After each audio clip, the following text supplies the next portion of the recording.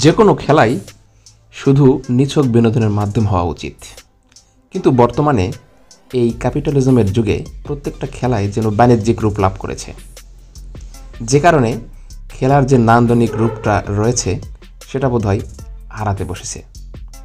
প্রাচীনকালে আন্তর্জাতিকভাবে যে ম্যাচগুলো আয়োজন করা হতো সেখানে বাণিজ্যের বিষয়টি কখনোই মুখ্য হিসেবে দেখা হতো না, আর এজন্য বিশ্বের এমন কিছু দেশ আমাদের কাছে পরিচিতি লাভ করেছে যে দেশগুলোকে আমাদের অনেকের মানচিত্রে খুঁজে বের করার ক্ষমতা নেই, কিন্তু সেই দেশগুলোকেই আবার খেলার মাঠে ঠিকই সাপোর্ট করে থাকি। ভিউয়ার্স, ট্রেন্ড নিউজ চ্যানেলে আপনাদেরকে অভিনন্দন। এই মুহূর্তে একটি ভিন্ন বিষয় নিয়ে আপনাদের সাথে কথা বলতে আসলাম। আসলে সাধারণত এই বিষয়গুলো নিয়ে আমি কথা বলি না, তবুও আমার মনে হলো বেশ কিছু কথা এই বিষয়ে বলা উচিত। আর যে কথা আমি সবসময় বলে থাকি, যদি আমার চ্যানেলটি সাবস্ক্রাইব না করে থাকেন তাহলে অবশ্যই চ্যানেলটি সাবস্ক্রাইব করুন এবং বেল বাটন অল করে দিন, যাতে পরবর্তীতে যে কোনো ভিডিও আপনার কাছে খুব সহজেই পৌঁছে যায়। যাই হোক, বিশ্বের যে কয়টা খেলা সবচেয়ে বেশি জনপ্রিয় তার মধ্যে ফুটবলের পরেই রয়েছে ক্রিকেট। বিশেষ করে আমাদের এশিয়ান কান্ট্রিগুলো ক্রিকেটকে এক অনন্য উচ্চতায় নিয়ে গেছে। বিশ্বের ক্রিকেট ম্যাচগুলো পরিচালনা করা হয় ইন্টারন্যাশনাল ক্রিকেট কাউন্সিল বা আইসিসির আন্ডারে, যার সদর দপ্তর সংযুক্ত আরব আমিরাতের দুবাইতে অবস্থিত। ক্রিকেট খেলার জন্ম ইংল্যান্ডে এবং এটি একটি ভদ্র, সভ্য ও ঠান্ডা মাথার গেম, তা বলার অপেক্ষা রাখে না। আমরা দেখেছি 80-র দশক এবং 90-এর দশকগুলোতে আইসিসিতে অনেক বেশি প্রভাব খাটাতো ইংল্যান্ড এবং অস্ট্রেলিয়ার মতো দলগুলো, কিন্তু 2000 সালের পরে এ চিত্র ক্রমান্বয়ে পরিবর্তন হয়েছে। ক্রিকেটকে এক অনন্য উচ্চতায় নিয়ে গেছে এশিয়ান কান্ট্রিগুলো। তার মধ্যে 140 কোটির জনসংখ্যার দেশ ইন্ডিয়া আধুনিক ক্রিকেটের ইনফ্রাস্ট্রাকচার উন্নয়নে ব্যাপক ভূমিকা পালন করেছে, এটা বলার অপেক্ষা রাখে না। আর এজন্য বর্তমানে আন্তর্জাতিক ক্রিকেট কাউন্সিলসে একচ্ছত্রভাবে ইন্ডিয়ার প্রভাব চলমান রয়েছে। এটা স্বীকার করতে হবে যে আধুনিক ক্রিকেটে ইনফ্রাস্ট্রাকচার উন্নয়নে ইন্ডিয়ার যা অবদান তা অন্য কোনো দেশ রাখতে পারেনি, কিন্তু ইন্ডিয়ার অবদানের পেছনে কি অন্য দেশের কোনো অবদান নেই? শোনা যায় কোনো আইসিসি টুর্নামেন্টের 1/3 নাকি আয় হয় ইন্ডিয়া এবং পাকিস্তানের মধ্যকার ম্যাচ থেকে। তাহলে তো ধরা যেতেই পারে আইসিসির উন্নয়নে ভারতের সাথে যদি পাকিস্তান না খেলতো তাহলে সেই আয় কিছুটা হলেও কমে যেত। অথচ সামনে যে আইসিসি চ্যাম্পিয়ন ট্রফি পাকিস্তানে আয়োজিত হওয়ার কথা ছিল, সেখানে শুধুই রাজনৈতিক কারণে ইন্ডিয়া খেলতে যেতে রাজি নয়, আর আইসিসি নির্লজ্জের মতো ইন্ডিয়াকেই সাপোর্ট করে চলেছে। আবার বর্তমানে ইন্ডিয়াকে বাদ দিয়ে কোনো টুর্নামেন্ট আয়োজন করার মতো মন মানসিকতা, সাহস ও ক্ষমতা কোনোটিই নেই আইসিসির। আইসিসি মনে করে ইন্ডিয়াকে বাদ দিয়ে কোনো টুর্নামেন্ট আয়োজন করলে আইসিসি অর্থনৈতিকভাবে অনেক ক্ষতির সম্মুখীন পড়বে এবং ক্রিকেট তার জনপ্রিয়তাও হারাবে, কারণ ভারত হলো 140 কোটি জনসংখ্যার দেশ। কিন্তু অপরদিকে আইসিসি যে কোনো টুর্নামেন্ট ভারতে আয়োজন করলে পাকিস্তানকে যেভাবেই হোক খেলতে বাধ্য করে ভারতে এসে।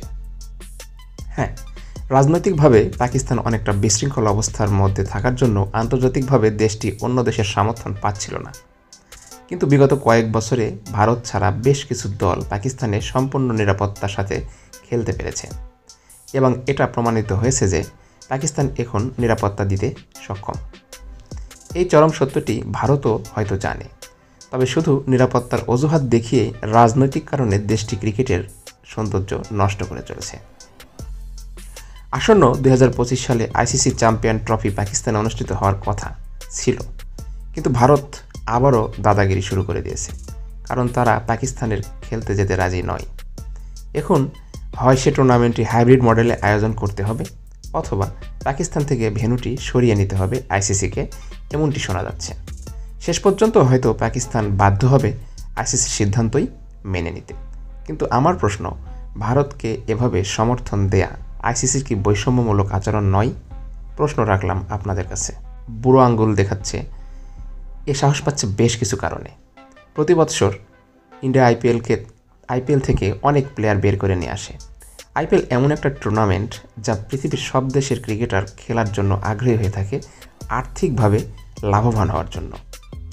লক্ষ্য করুন, বিশ্বের সব দেশের ভালো মানের প্লেয়ার যখন ভারতের লোকাল পর্যায়ে তৃতীয় শ্রেণীর প্লেয়ারদের সাথে আইপিএল খেলে, তখন অটোমেটিকলি বড় প্লেয়ারদের সংস্পর্শে এসে ভারতের তৃতীয় শ্রেণীর প্লেয়ারগুলো অনেক কিছু শিখতে পারে এবং এভাবেই ইন্ডিয়া বিরাট কোহলি, রোহিত শর্মা, জসপ্রীত বুমরা, হার্দিক পান্ডিয়া, তিলক ভার্মা মতো প্লেয়ারদের তুলে নিয়ে আসতে পারছে প্রত্যেক বছর। তার মানে কি, ক্রিকেটের ইনফ্রাস্ট্রাকচার উন্নয়নে অবশ্যই বিশ্বের সবগুলো দেশের প্লেয়ারই তো অবদান রাখছে, কারণ তারা যখন আইপিএল খেলছেন তখন অন্যদিকে তারা ভারতের ক্রিকেটার উন্নয়নেরও সহায়তা করছেন। আবার লক্ষ্য করুন, ইন্ডিয়ার কোনো ভালো প্লেয়ার ইচ্ছে করলেও বাইরের দেশে কোনো টুর্নামেন্ট খেলতে পারে না, যার কারণে বাইরের দেশের ক্রিকেটাররা ইন্ডিয়ান ক্রিকেটারদের দুর্বলতা সম্বন্ধে জানার খুব বেশি সুযোগ পায় না। এতে করে বর্তমানে আইসিসির যে কোনো আন্তর্জাতিক ম্যাচে ইন্ডিয়া অনেকটাই অপরাজয় হয়ে উঠেছে। এছাড়া আম্পায়ারদের পক্ষ থেকে একটা বিশেষ সুবিধা তো ইন্ডিয়া দলের জন্য সবসময়ই থাকে। কি বলেন আপনারা? আজকের এই ভিডিওতে ইন্ডিয়া দলের বিপক্ষে এতগুলো কথা বললাম, এর কারণ হলো বর্তমানে বাংলাদেশ এবং ইন্ডিয়ার মধ্যে সম্পর্ক অনেক অবনতি হয়েছে। গত 5 আগস্টের পরে রাজনৈতিক অস্থিরতার কারণে বাংলাদেশের নিরাপত্তার বিষয় দেখিয়ে মেয়েদের বিশ্বকাপ, যেটা বাংলাদেশে হওয়ার কথা ছিল, সেটা ইতোমধ্যে বাইরের দেশে চলে গেছে। দিনকে দিন ভারতের সাথে বাংলাদেশের রাজনৈতিক সম্পর্ক যেদিক যাচ্ছে, তাতে মনে হচ্ছে বাংলাদেশের অবস্থাও হয়তো পাকিস্তানের মতোই হতে যাচ্ছে। অর্থাৎ আইসিসির ওপরে প্রভাব খাটিয়ে বাংলাদেশে হয়তো সামনের দিনগুলোতে যে কোনো টুর্নামেন্ট আয়োজন করতে বাধা দেবে ইন্ডিয়া। নিরাপত্তার কারণ দেখিয়েই হোক আর যে কোনো অজুহাতেই হোক, ইন্ডিয়া বাংলাদেশে খেলতে আসতে চাইবে না। আর যখনই ইন্ডিয়া খেলতে আসতে চাইবে না, তখনই ভেন্যু চেঞ্জ হয়ে যাবে। এমনটাই ট্র্যাডিশন হতে চলেছে। ভবিষ্যতে বাংলাদেশে কোনো আইসিসির আয়োজিত ক্রিকেট ম্যাচ অনুষ্ঠিত হবে না, এরকম চিন্তা করতেই বা মাথায় নিয়ে আসতেই একজন ক্রিকেট প্রেমী হিসাবে অনেক কষ্ট লাগছে।